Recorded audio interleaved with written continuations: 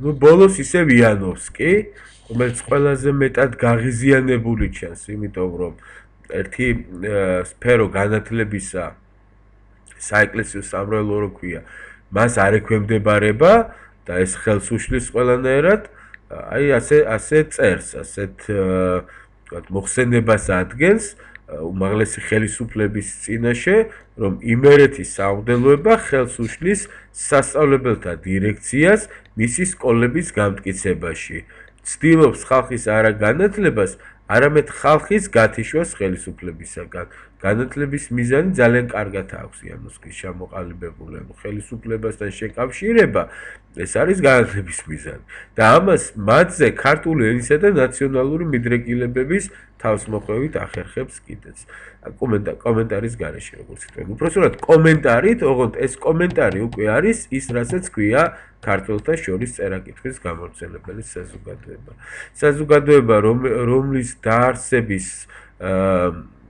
ინიციატორებზე კი ვისაუბრებთ, მაგრამ რომლის დაარსების მთავარი ინიციატორი ისევ ხელისუფლება იყო იმ სკოლებით, რა სკოლებზე ჩვენ ახლა ვისაუბრეთ. ანუ წერა-კითხვის გამავრცელებელი საზოგადოების მიზანია შეაფერხოს რუსიფიკაცია და სკოლა გახადოს სწორედ ეროვნულ საგანმანათლებლო დაწესებულებად. ჯერ პრელუდია, ანუ რაღაც როგორ იწყება ყველაფერი, პირველი ესეთი იდეა გაჩნდა 1860-იან წლებში, კერძოდ 1862 წელს შედგენილი იქნა ქართული ლიტერატურული საზოგადოების პროგრამა. და ეს პროგრამა ითვალისწინებდა მოსახლეობაში წერა-კითხვის გავრცელებას, სახალხო საკითხავი წიგნების ყმაწვილთათვის ძირითადად მაინც მათთვის საინტერესო თემატიკით გამოცემას და სამკითხველოების გახსნას. ასე რომ გარკვეულწილად გავს ეს პროგრამა წერა-კითხვის გამავრცელებელი საზოგადოების პროგრამას, რომელზეც ქვემოთ უფრო დაწვრილებით ვისაუბრებთ, მაგრამ ხელისუფლების პოზიცია იყო მკვეთრად უარყოფითი. აი, ჩვენ ვიცით ერთი მხრივ, რომ 60-იანი წლები თითქოს რეფორმების წლებია, როდესაც ბევრი რამ შეიცვალა იმპერიაში, მაგრამ ეს რეფორმები ეხება ბევრ რამეს, სოციალურ სფეროს, ეკონომიკურს, სასამართლოსაც კი, თუმცა შეზღუდული სახით, მაგრამ მაინც საქალაქო თუ სასოფლო თვითმმართველობების შექმნას, ყველაფერი შეიძლება დათმოს ხელისუფლებამ, ყველაფერში შეიძლება განახორციელო რეფორმა, გააუმჯობესო, ოღონდ ერთი რამის შეხება არ შეიძლება იმისა, რაც რუსიფიკაციას შეაფერხებს. ანუ კოლონიური პოლიტიკა რუსეთისა არის ეს მაგისტრალური ხაზი საქართველოში მისი მოქმედების, სადაც რომლის შერბილება შეუძლებელია. აი ასეთი საზოგადოების დაარსებაზე მტკიცე ვარი, ანუ როდესაც ეს პროგრამა განსახილველად წარუდგა კავკასიის სამეფის ნაცვლად საბჭომ უარი თქვა. მოტივები არის უცნობი, ანუ რაღაც კონკრეტიკა არ ყოფილა ამ მოტივებში, მაგრამ აქ ყველაფერი ცხადია თუ რა მიზნითაც იტყოდა ვარს.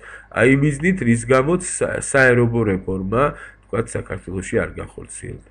მაგრამ 1877-18 წლებში, როდესაც რუსეთსა და თურქეთს შორის ომი მიმდინარეობდა, ხელისუფლებას გაახსენდა ქართველი ხალხი, მას სჭირდებოდა მისი მხარდაჭერა და რა თქმა უნდა, მოევლინა კიდევ ერთხელ იმ როლში, რომელიც თითქოს ზრუნავს ქართველი ხალხის მომავალზე. ასეთ დროს ხელისუფლება აქებს ქართველობას ხოლმე, ახსენებს მას თავდადებას იმპერიისთვის, ახსენებს იმასაც თუ რამხელა მოვალეობა იკისრა რუსეთმა, როდესაც ქართველი ხალხის განათლებისთვის, მისი მომავლის უზრუნველსაყოფად ამ ტერიტორიის ფარველობა იკისრა. ხო, მანიფესტშიც ხომ ეს იყო ნათქვამი პირველი ლექციიდან თქვენ გახსოვთ. და ასეთ დროს შეიძლება რაღაცა დაათმობინო ხელისუფლებას და მართლაც მოხდა გარკვეული დათმობა, როდესაც ადგილობრივი მმართველობა დათანხმდა იმას, რომ შექმნილიყო ქართველთა შორის წერა-კითხვის გამავრცელებელი საზოგადოება. უпроსტად ასეთი საზოგადოების პროგრამა იქნა შედგენილი და ეს პროგრამა წარდგენილი მმართველობის წინაშე და ვთქვათ 1879 წელს ხელისუფლებამ დაამტკიცა ეს პროგრამა, რაც ნიშნავდა, რომ ამ წლიდან წერა-კითხვის გამავრცელებელი საზოგადოება ამოქმედდა კიდეც.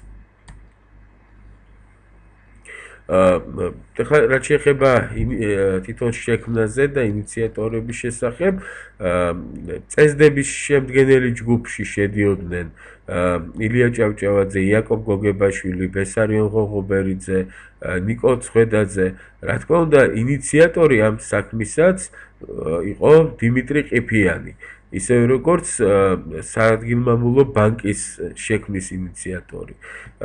აირჩიეს დაფუძნების შემდეგ აირჩიეს უკვე საზოგადოების გამგეობა და ამ გამგეობის თავმჯდომარე, ანუ საზოგადოების თავმჯდომარე იყო დიმიტრი ყიფიანი, მისი მოადგილე ილია ჭავჭავაძე, ის წევრები, რომლებიც ზემოთ გვიწერი ამ გამგეობაში შედიოდნენ და მათ გარდა სხვა გამოჩენილი მოღვაწეები. ეს იყო ივანე მაჩაბელი, იოანე მეუნარგია, გიორგი წერეთელი. მოგვიანებით აქ გამგეობის წევრები ხდებიან თედო ჟორდანია, ექვთიმე თაყაიშვილი, გრიგოლ ყიფშიძე. მე მგონი ყველა თითოეული მათგანი თქვენთვის ცნობილია და უკვე ხვდებით იმას, რომ დროის ყველაზე სახელოვან ადამიანებს წერა-კითხვის გამავრცელებელ საზოგადოებაში მოუყრიათ თავი და ბუნებრივია მათ ხელში ეს საზოგადოება ძლავრ ეროვნულ დაწესებულებად იქცევა კიდეც. რა არის საზოგადოების მიზანი? მოდით ილიას მოусმინოთ.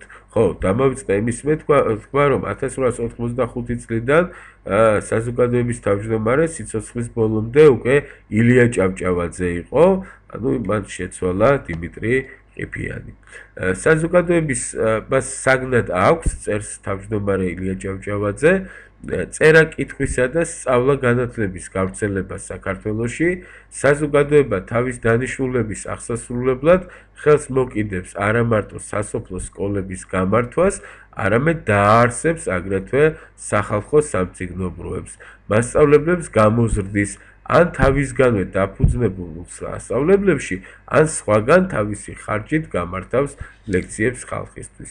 მაშინ ასე, რამდენიმე სერიოზული მიზანია. ერთი, დააარსოს სკოლები, მეორე, სამკითხველოები, იმიტომ რომ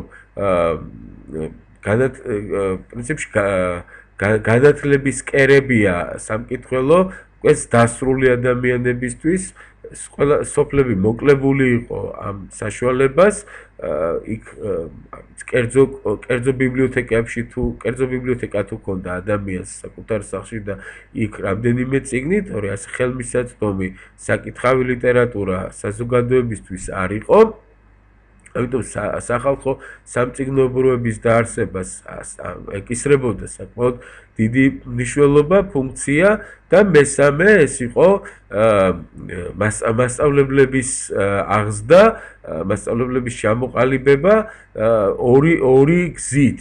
თუ შეძლებდა წერა-კითხვის გამავრცელებელი საზოგადოება პირველი გზის განხორციელებას უკეთესი იქნებოდა, ანუ თავისგანვე დაფუძნებულ სასწავლებლებში, ეს იმას ნიშნავს, რომ მიზნად ისახავდა საზოგადოება დაეარსებინა სამასწავლებლო სასწავლებლები, საიდანაც მასწავლებლები გამოვიდოდნენ, ან თუ ამას ვერ მოახერხებდა, მაშინ უკვე არსებულ, თქვათ, სასწავლებლებში თავისი ხარჯით გაეგზავნა. რა მნიშვნელობა აქვს, რომელ სასწავლებელში გააგზავნიდა? ალბათ ჰქონდა მნიშვნელობა, იმიტომ რომ არსებობს მაგალითად გორშიც, თბილისშიც ამ დროს ორწლიანი სამასწავლებლო, თქვათ, სახელობო სასწავლებლები. ოღონდ ეს არის ოფიციალური სასწავლებლები, სადაც იმ პრინციპზე არის აგებული სწავლება, ანუ მასწავლებელთა მომზადება, როგორი მასწავლებელიც სჭირდება ხელისუფლებას. არაობას ისევ აქ ჯობია მასწავლებელმა მომავალმა მასწავლებელმა ცოდნა მიიღოს, მაგრამ რა თქმა უნდა უმჯობესია შენ თვითონ გახსნა სამასწავლებლო სკოლები, სადაც თქვათ თანამედროვე იმ დროისთვის ყოველ შემთხვევაში თანამედროვე მეთოდიკას სწავლებისას დააუფლებ მომავალ პედაგოგს. და არა თქვათ შეასწავლი სიტყვაზე ნათიევის მუჯურ მეთოდს ან მისი გამოყენების ხერხებს და საშუალებებს. წერა-კითხვის გამავრცელებელი საზოგადოება არა მხოლოდ ხელისუფლების მხრიდან აწყდებოდა ამ დაბრკოლებას და ესეთი დაბრკოლება ძალიან ხშირად ხდებოდა. გასაგებია ხარ, როგორი დამოკიდებულება აქვს ხელისუფლებას სამრევლო სკოლებისადმი, ჩვენ გავეცადით ახლა, როგორი ექნებოდა ქართველთა შორის წერა-კითხვის გამავრცელებელი საზოგადოების სკოლებისადმი, ამასაც ალბათ ხდებით, ამიტომ ახსენებ ციტატების მოყვანა, ამიტომ არის ბევრი გამოგვივიდოდა. ყველანაირი ხელი შეშლა და არა ხელშეწყობა, მაგრამ სამწუხარო ის იყო, რომ ქართული საზოგადოების ნაწილსაც არ ქონდა ბოლომდე გაცნობიერებული ამ საზოგადოების ფუნქციონირების მნიშვნელობა. აქ მე საუბარი მაქვს ერთ კონკრეტულ შემთხვევაზე, როდესაც ერთ-ერთ კრებაზე ბანკის სათავადაზნაურო საადგილმამულო ბანკის კრებები ხშირად იმართებოდა, თქვა დამფუძნებელთა კრება. ამ ბანკის კრებაზე წყდებოდა ხოლმე ქველმოქმედების საკითხიც, ანუ მოგებიდან როგორ განაწილებული იყო თანხა. და ჩვენ თქვით ამის წინათაც, რომ ეს ბანკი იყო ერთ-ერთი დამფინანსებელი წერა-კითხვის გამავრცელებელი საზოგადოებისა. როგორც ჩანს, დამფუძნებელთა თავადაზნაურთა ერთ ნაწილს ზედმეტად მიუჩნევია ასეთი სკოლების გახსნისათვის და ფუნქციონირებისათვის თანხის გადახდა და რაც ყველაზე სამწუხაროა, ყველაზე ცუდი მოტივით, ყველაზე ცუდი არგუმენტით, იმიტომ რომ ამ სკოლებში ძირითადად სწავლობდა გლეხობა და არა თავადაზნაურობა. ნუ თავადაზნაურობაც, მაგრამ მათთვის შეიძლება უფრო სხვა სოლიდური სკოლები, იანოვსკის კანტორის სკოლები უფრო ხელმისაწვდომი იყო. აი ეს აქვს სწორედ ილიას მხედველობაში, აი ესეთი უხამსი გამოხდომა თავადაზნაურთა ამ ნაწილისა, როდესაც წერს მათ და პასუხად.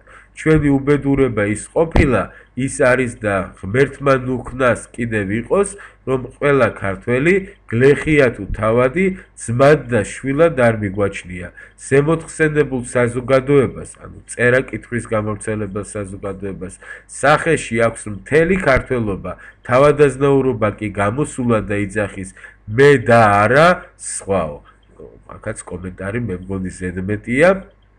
სავსებით სწორი პრინციპულად სწორი პოზიცია წერა-კითხვის გამავრცელებელი საზოგადოებისა და აი თუ არ გაამართლა რუსიფიკაცია, თუ არ გაამართლა ნაწილობრივ მაინც თვითმფრობელურმა რეჟიმმა, როდესაც მან დაბადა თავადაზნაურობის მართალია ალბათ ერთ და მცირე ნაწილში, მაგრამ მაინც ის აზრი, რომ სასოფლო საგლეხო სკოლები თავადაზნაურულ ბანკს არ უნდა დაიარსებია. როგორც ჩანს, გავლენის გარეშე, შედეგის გარეშე მაინც არ ჩაივლიდა მრავალი წლის განმავლობაში მიზანმიმართული პოლიტიკა ქართველობის დაგსაქსვისა. ეს ეხებოდა არა მარტო კუთხურობის ნიადაგზე, არამედ წოდებრივ ნიადაგზე დაგსაქსვისაც. მაგრამ ნუ ჩვენ ვიცით, რომ ასეთი ფაქტები მაინც როგორც გამონაკლისი ისე იყო და ყოველ შემთხვევაში ამ დროს თავადაზნაურთა ბანკის პოზიციაზე, დამფუძნებელთა საერთო პოზიციაზე ამ გამოხდომას რაიმე არსებითი გავლენა არ ჰქონია.